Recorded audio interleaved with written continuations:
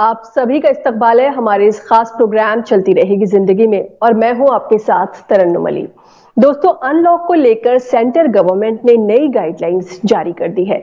Cinema hall में 50% से ज्यादा लोग बैठकर मूवी देख सकेंगे। सभी के लिए खोले जाएंगे स्विमिंग पूल। कारोबार के लिए सभी तरह के एग्जीबिशन हॉल में लग सकेगी नुमाइश। वहीं इंटरनेशनल उड़ानें शुरू करने के मामले में सिविल एविएशन मिनिस्ट्री हालात देखकर लेगी फैसला। नई गाइडलाइंस 1 फरवरी से 28 फरवरी तक लागू रहेंगी।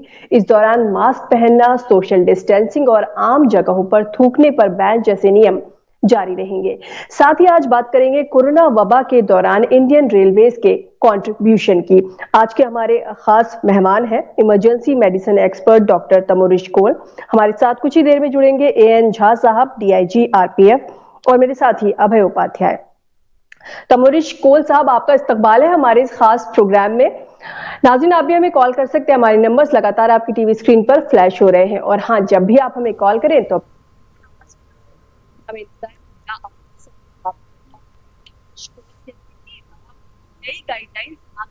और ये कहा जी। तो तरन्नुम, आपकी आवाज़ में थोड़ी समस्या आ रही है। डॉक्टर तमोरिश हमारे साथ जुड़े हुए हैं। डॉक्टर साहब, जिस तरीके से अभी अनलॉक के लिए नई गाइडलाइंस जारी हुई हैं, तो किन किन बातों पर ध्यान रखना ज़रूरी है? क्योंकि अब तो सिनेमा हॉल में भी जो पहले 50% लोग होते हैं, अब उससे ज़्यादा की परमिशन मिल रही है। इंटरनेशनल फ्लाइट्स ओपन करने की बात चल रही है। मतलब पूरे तरीके से जो नॉर्मल लाइफ हमारी उसकी तरफ हम लौट रहे हैं। तो किन किन बातों पर ऐसे एज ए कॉमन मैन सबको ध्यान रखना चाहिए? देखिए, सबसे पहले मैं पूरे जो देश का जितना भी लोग हैं उनको धन्यवाद देना चाहता हूं, क्योंकि हम लोगों ने जो सहम दिखाया लॉकडाउन के जरिए और उसके बाद भी उसको हमको जारी रखना पड़ेगा। और ये जो अनलॉकिंग का बात आपने किया है, ये सबसे महत्वपूर्ण हमारे लिए एक परीक्षा है कि सब कुछ काम करते हुए भी आप अपने संयम जारी रखें। और 3 चीज़ों में बताना चाहूँगा। सोशल डिस्टेंसिंग मान के चले, जैसे भी सिनेमा हॉल और जैसे गाइडलाइंस है एयरपोर्ट्स, रेलवे स्टेशन में जारी हुआ है। दूसरा, मास्क का यूज़ ये करना पड़ेगा। इवन जो गाड़ी के अंदर की कोई क्लोज स्पेस, ऑफिस के अंदर भी मास्क का यूज़ बहुत ज़रूरी है। और तीसरा, हाथ धोना और सैनिटाइजर का यूज़ करना। ये तीनों में कोई चेंज नहीं है और इसी को हमको फॉलो करके आगे बढ़ना है। और उसके साथ हमारा वैक्सीन्स आ गया है और आपने देखे होंगे कि सारे फ्रंटलाइन वर्कर्स को वैक्सीन दिए जा रहा है। नेक्स्ट फेज में आम नागरिक को जो रिस्क फैक्टर्स जिनके पास है और जो 50 साल के ज़्यादा उम्र का है, उनको भी वैक्सीन दिया जाएगा। डॉक्टर तमोरिश, जैसे ये आदतें तो अपने आप में बहुत ही अच्छी हैं, खुद को सैनिटाइज करना और फिर उसके बाद मास्क लगाना, ऐसे भी पॉल्यूशन से एक बचाव का एक बहुत अच्छा ज़रिया है। लेकिन क्या इसको हमें लंबे वक्त तक जारी रखना पड़ेगा? क्योंकि बहुत सारे लोगों को ये रास नहीं आता। मास्क अगर थोड़ा ठीक नहीं हो, प्रॉपर एयरेशन नहीं हो, तो फिर वो कार्बन डाइऑक्साइड ज़्यादा जाता है तो डिजीनेस आती है। बहुत सारे लोगों ने ऐसी शिकायत की। तो क्या वैक्सीन आने के बाद भी इसको जारी रखें फिर, या फिर उसके बाद ये लिबर्टी ली जा सकती है? देखिए, मास्क पहनना बहुत ज़रूरी है। और अगर किसी को बहुत टाइम से मास्क पहन के कोई दिक्कत आ रहा है, जैसे आपने बोला कि कार्बन डाइऑक्साइड का एक्यूमुलेशन के बाद कुछ इरिटेशन होते हैं, तो कुछ समय के लिए आप अकेला जाके मास्क उतार सकता है। लेकिन सोशल एनवायरनमेंट में मास्क रखना बहुत ज़रूरी है। और वैक्सीन लेने का मतलब ये नहीं है कि कल से हम मास्क पहनना बंद कर देंगे। मास्क पहन के हमको ये फेज़ उतरना है। और मेरे हिसाब से 2021 को हमको जितना भी सोशल डिस्टेंसिंग, मास्क और सैनिटाइजर का यूज़ जारी रखना पड़ेगा। जी जी। डॉक्टर तमोरिश कोल, मेरा सवाल यह है कि भारत बायोटेक ये दावा कर रहा है कि जो उसकी कोवैक्सीन है वो नए स्ट्रेन से लड़ने में कामयाब है, जबकि फाइजर की बात करें, अमेरिकी टीका बनाने वाली कंपनी की बात करें, तो वो अभी भी रिसर्च कर रहे हैं वैक्सीन बूस्टर बनाने पर। देखिए, जो नया स्ट्रेन हमारे सामने आया है उस पर पूरा रिसर्च का जो डेटा है हमारे पास, पूरा जानकारी उनके बारे में नहीं है। अब तक हमको यही पता है कि नया स्ट्रेन ज़्यादा फैलता है, लेकिन बहुत देशों में ऐसे पाया गया है कि नया स्ट्रेन से ज़्यादा खतरनाक बीमारी नहीं हो रहा है।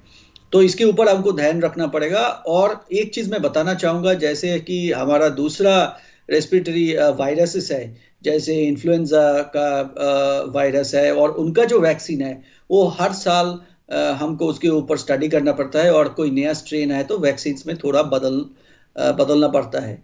कोई भी कोरोना वायरस आज तक दुनिया से नहीं गया है, ये कोविड वायरस भी हमारे साथ रहेंगे।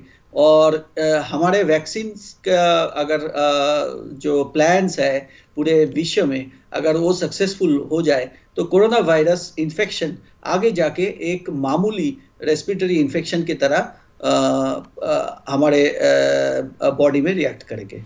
लेकिन डॉक्टर तमोरिश, जो बहुत सारी खबरें ऐसी भी आ रही हैं, यूरोपियन कंट्रीज और अमेरिकन कंट्रीज में ऐसी खबरें ज़्यादा हैं जो लॉन्ग कोविड पेशेंट्स जिनको बोल रहे हैं, जैसे किसी को एसिम्टोमेटिक भी है लेकिन 3-4 महीने के बाद कुछ ऐसे सिम्टम्स दिख रहे हैं जो काफ़ी गंभीर किस्म के दिख रहे हैं। तो क्या आगे ऐसा कोई डर बना रहेगा?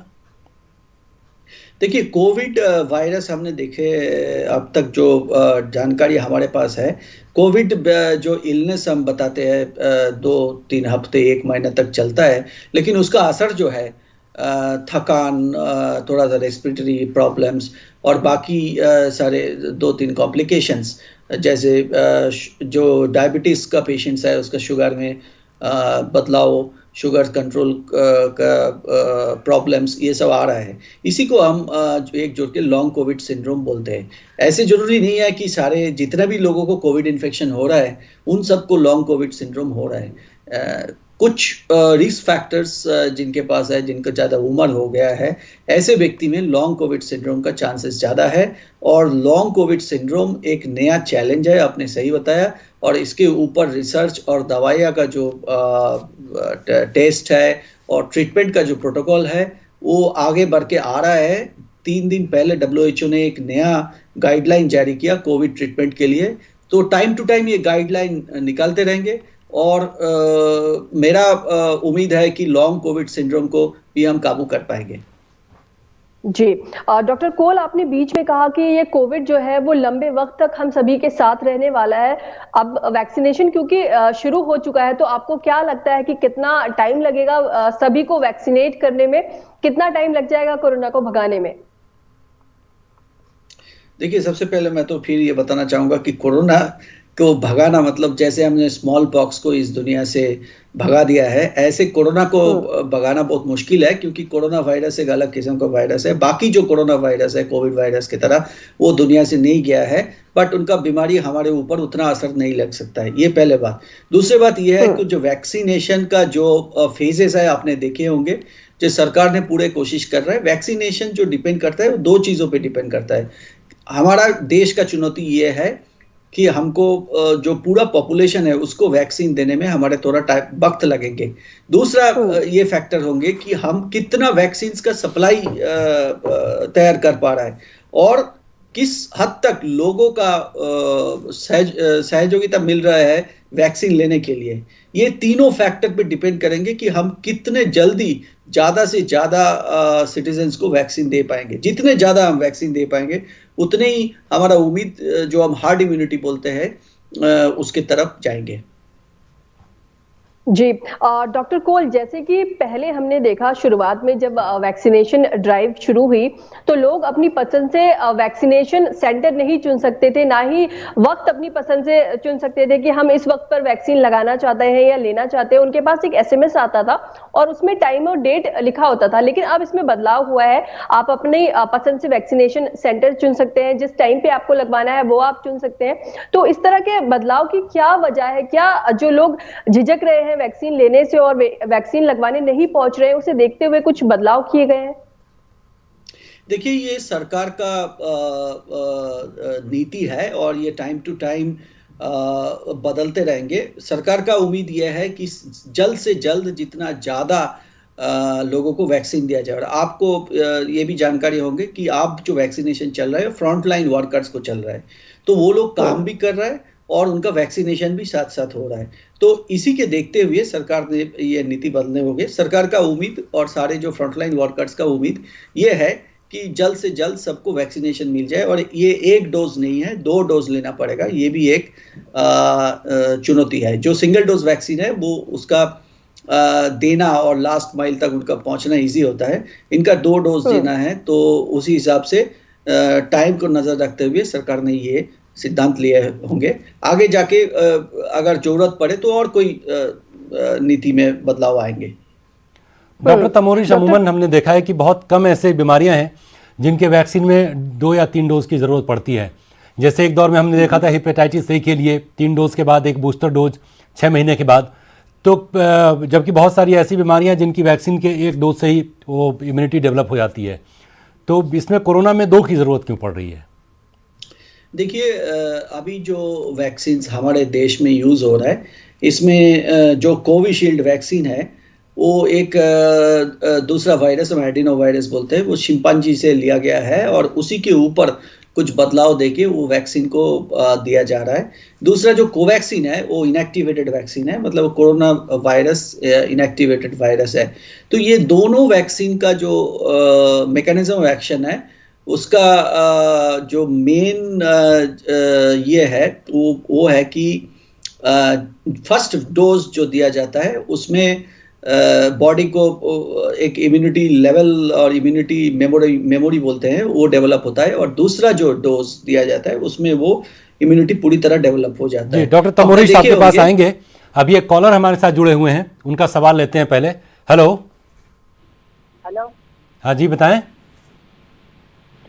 जो बदन हाथ जो दर्द होता है उसकी कोई ज्यादा कमजोरी तो नहीं? जी, अपनी बात पूरी तरीके से रखें, क्या कहना चाह रहे हैं आप? जो हम लेटे लेटे और बदन हाथ हमारा जो दर्द हो जाता है तो ज्यादा उससे कमजोरी आने लग जाती है, कुछ ज्यादा कोई दिक्कत तो नहीं है? चलिए, कोई दिक्कत तो नहीं है वैसे, लेकिन डॉक्टर हमारे साथ एक्सपर्ट मौजूद हैं, डॉक्टर तमोरिश, वही बताएंगे। डॉक्टर साहब, इनको ये जानना है कि वैक्सीन लेने के बाद हाथों में थोड़ी सूजन आ जाती है, थोड़ा दर्द होता है, टेम्परेचर भी राइज हो जाता है, तो कोई वो मुश्किल की बात तो नहीं है? देखिए, हम लोग जब छोटे थे भी हमारे बच्चे को भी हमने वैक्सीन दिए हैं, और जो लाइव इनएक्टिवेटेड वैक्सीन है उनमें ये हमेशा हमारा एक्सपीरियंस रहा है कि देने के बाद थोड़ा सा सूजन आता है, बुखार, थकान जैसा लगता है, और कोविड वैक्सीन भी इसका एक्सेप्शन नहीं है। इसीलिए जो प्रोटोकॉल है वो ये है कि वैक्सीन लेने का आधा घंटा आप उसी वैक्सीनेशन सेंटर में रहेंगे, तो और डॉक्टर जो हेल्थ केयर वर्कर उसके निगरानी में लेंगे। आपको कोई ज़्यादा रिएक्शन है तो उधर इमीडिएटली आपको ट्रीटमेंट मिलेगा, और नहीं है तो आपको वहाँ से छुट्टी दिया जाएगा, और 1 दिन आप अपना ख्याल रखेंगे। इस दौरान जो वैक्सीन लिया है वो उनको थोड़ा सा दर्द, बुखार और थकान जैसा महसूस हुआ है, बट ये सिम्टम्स परसिस्ट नहीं किया।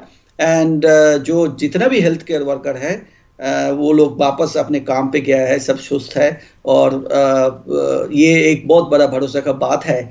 बाकी जो लोग, जो आम जनता है, आगे वैक्सीन लेंगे, ये इनसे इंस्पिरेशन लेंगे, ये मेरा उम्मीद है।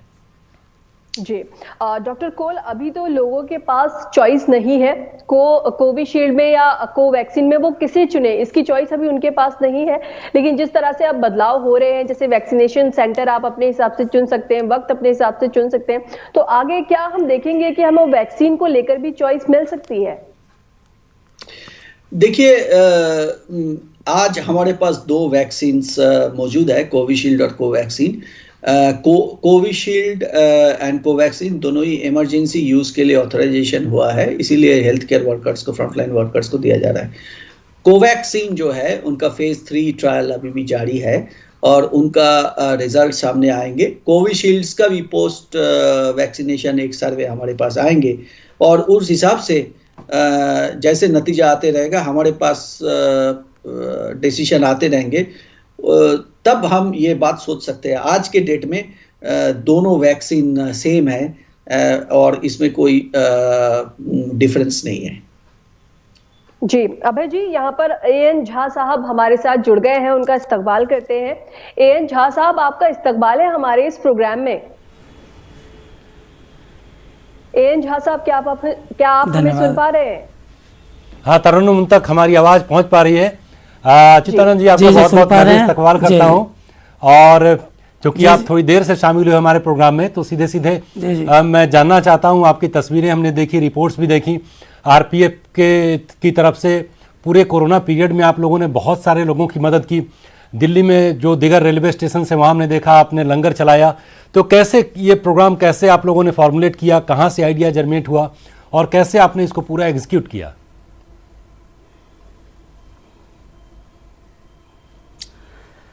जैसा कि हम सभी जानते हैं, भारतीय रेल भारत की जीवन रेखा कहलाती है और इस पेंडेमिक काल में एक बार पुनः भारतीय रेल ने प्रमाणित किया कि वह भारत की जीवन रेखा है। ये 22 मार्च का दिन था जब जनता कर्फ्यू लगाया गया था और अगले ही दिन से फर्स्ट लॉकडाउन लगाया गया था। उस दौरान ये हम लोगों ने अनुभव किया कि रेलवे और रेलवे के आसपास रेलवे पर निर्भर करने वाले लोग को खाने की समस्या हो रही है और उस समय माननीय रेल मंत्री पीयूष गोयल जी के द्वारा भी ये निर्देश आया कि रेलवे के आसपास लोगों को खाना खिलाया जाए। तो ये हम लोगों ने पहला दिन 23 मार्च से ही प्रारंभ किया था। पहले दिन 1500 लोगों को खाना खिलाया गया था और यह धीरे धीरे बढ़ते बढ़ते प्रतिदिन 15,000 तक पहुंच गया था। 2 महीने लगभग ये कार्यक्रम चला, 23 मार्च से लेकर 26 मई तक। इस दौरान हम लोगों ने 10 लाख लोगों को खाना खिलाया। तो ये तो है कि बहुत बड़ा कार्यक्रम हो गया। ये शुरू हुआ 1500 लोगों से 15,000 तक जा पहुंचा, तो बहुत बड़े मैन पावर की ज़रूरत पड़ी होगी आपको। तो क्या आपने लोगों को आपने उसमें लगाया, क्योंकि ये तो दिन भर का 24 आवर जॉब एक तरीके से हो गया ये भी?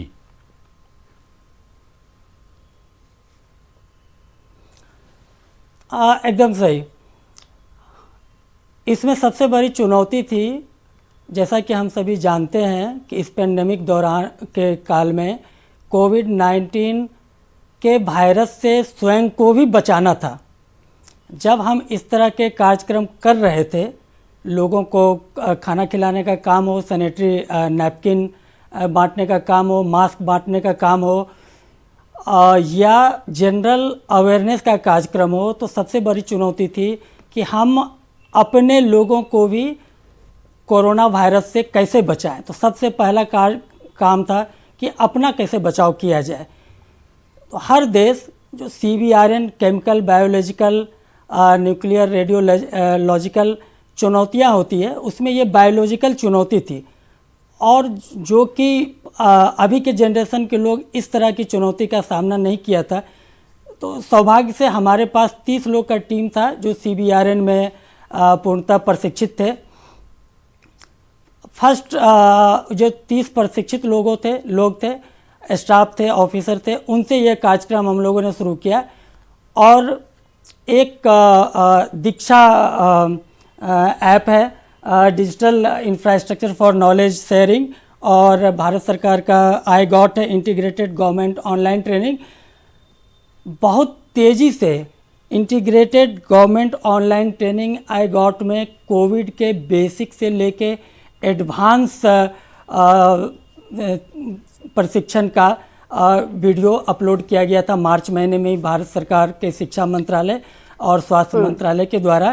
तो जितने भी स्टाफ थे उन लोगों ने दीक्षा ऐप के जरिए और iGOT पे अवेलेबल मटेरियल्स से स्वयं को प्रशिक्षित किया। तो ये कार्यक्रम चलता रहा, स्वयं को भी प्रशिक्षित करना, और जैसे जैसे कोरोना के काल में लोगों की जानकारी बढ़ती गई, हमारे स्टाफ भी उसी प्रकार प्रशिक्षित होते गए और स्वयं को बचाते हुए ये कार्य करते रहे। जी झा साहब, हमने देखा कि लॉकडाउन के दौरान रेलवेज ने और कोरोना वबा के दौरान रेलवेज ने किस तरह से काम किया, जो कि काबिले तारीफ है। खासकर मैं उस वक्त का जिक्र करूंगी जब माइग्रेंट वर्कर्स के लिए श्रमिक स्पेशल ट्रेन चलाई गई। वो बहुत मुश्किल वक्त था, बहुत ज्यादा मुझे लगता है कि रेलवेज के लिए बहुत ज्यादा चैलेंजिंग रहा होगा। सोशल डिस्टेंसिंग का भी ख्याल रखना है, सैनिटाइजेशन का भी ख्याल रखना है, लोगों ने मास्क लगाया है या नहीं, दूसरा इंसान इन्फेक्ट ना हो जाए, बहुत सारी चीजों का ख्याल रखना था। तो वो वक्त आप लोगों के लिए कितना चैलेंजिंग था, कितना चैलेंज रहा?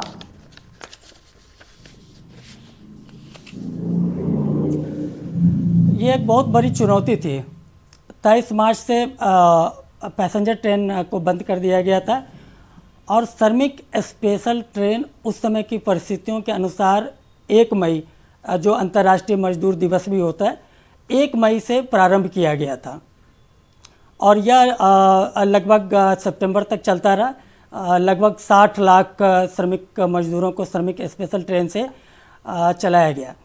ये एक बड़ी चुनौती थी जिसमें राज्य सरकार, भारतीय रेल, स्थानीय प्रशासन इन सब से समन्वय करते हुए उनको प्रत्येक ट्रेन में, अगर एक ट्रेन में जैसे 700 लोगों को जाना है तो पहले ही से उन 700 लोगों को चिन्हित करना, उन 700 लोगों को टिकट उपलब्ध कराना, उन 700 लोगों को रेलवे स्टेशन पर बारी बारी से लाना, सोशल डिस्टेंसिंग के अनुसार उनको क्यू लगाना और उस क्यू में थर्मल स्कैनिंग करना और फिर क्यू के द्वारा ही प्रत्येक कोच में उनको भेजना, जो पहले से निर्धारित होता था। उसी प्रकार से स्टेशन पे आते थे बस में, जैसे कोच 1 में तो पहले बस नंबर 1 आई जिसके सारे पैसेंजर कोच 1 में गए, फिर कोच 2, कोच 3, इस प्रकार से। इसमें सभी स्टेक होल्डर्स में एक समन्वय बनाया जाता था और जो पैसेंजर थे उनसे कांटेक्ट करके एक जगह इकट्ठा करके फिर रेलवे स्टेशन पे लाना, फिर कोच में पहुंचाना और कोच के अंदर भी सोशल डिस्टेंसिंग मेंटेन करना। सभी को श्रमिक स्पेशल ट्रेन में भारतीय रेल के द्वारा पानी और खाना भी उपलब्ध कराया गया था। अच्युतानंद जी, ऐसे दौर में और चुनौती क्योंकि ये बहुत सारे लोगों को, हजारों की तादाद में जो लोग थे ट्रेन में सफ़र करने के लिए आ रहे थे उस वक्त में, तो ये तो आपके जो फोर्स हैं, आपके जो लोग लगे हुए थे इंक्लूडिंग आप, ये इनके भी इन्फेक्शन होने का खतरा होता है। तो वैसे में किस तरीके से उस डर से खुद को बचाते हुए और लोगों का मनोबल कैसे आपने बनाए रखा अपनी टीम का, जिससे कि वो लोग सारे ये जो पूरा काम था इसको सफलतापूर्वक पूरा कर पाए?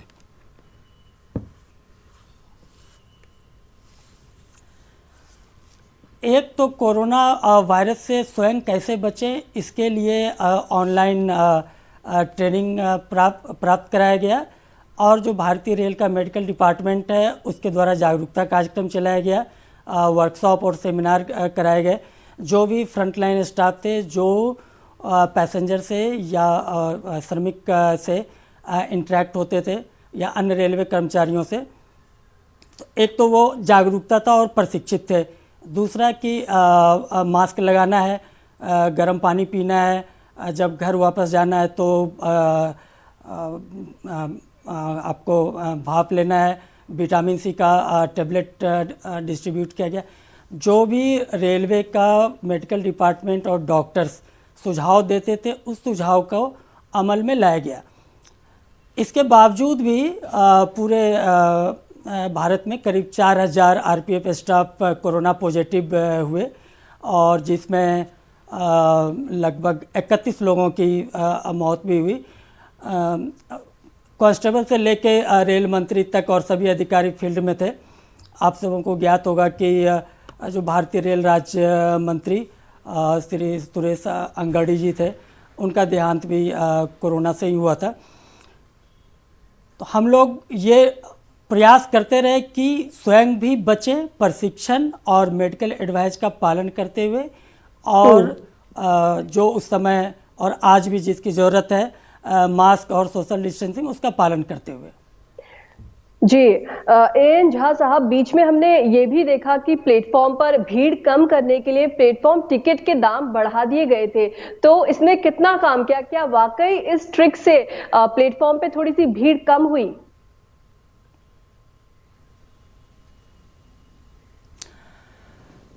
जी, इसका सकारात्मक परिणाम रहा और एक आम जागरूकता भी थी कि हमको कहीं पर अनावश्यक भीड़ नहीं लगाना है।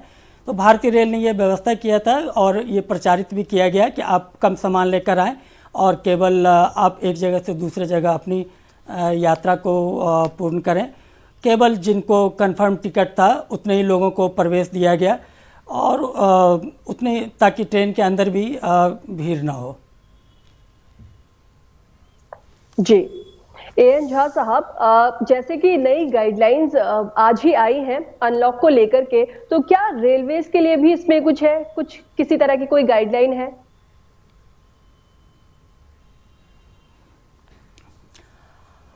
जो भी नया कोई गाइडलाइन अभी तक रेलवे के प्रति नहीं आया है, लेकिन जो भारत सरकार और स्वास्थ्य मंत्रालय का दिशा निर्देश है कि मास्क सभी लगाएं, सोशल डिस्टेंसिंग का पालन करें, अनावश्यक कहीं पर भीड़ ना लगाएं, उसको और जो पैसेंजर का डिमांड है उसको देखते हुए अभी लगभग प्रतिदिन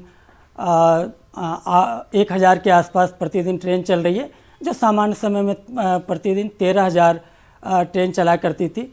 लेकिन अभी पैसेंजर का भी उतना डिमांड नहीं है कि सारी ट्रेन को चलाया जाए, तो इन परिस्थितियों का आकलन निरंतर किया जाता है और परिस्थितियों के अनुसार अगर आवश्यकता होगी कि और ट्रेन चलाया जाए तो ट्रेन चलाई जाएगी। जैसे जब दुर्गा पूजा और दीपावली इसी मध्य में आया तो पूजा स्पेशल बहुत सारी ट्रेन चलाई गई।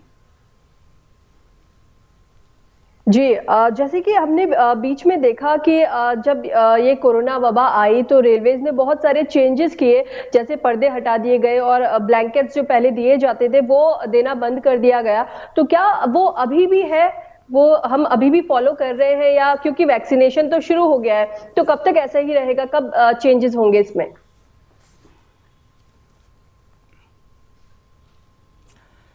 ये सही है कि वैक्सीनेशन शुरू हो गया और विश्व में भारत अभी लीडिंग पोजीशन में है।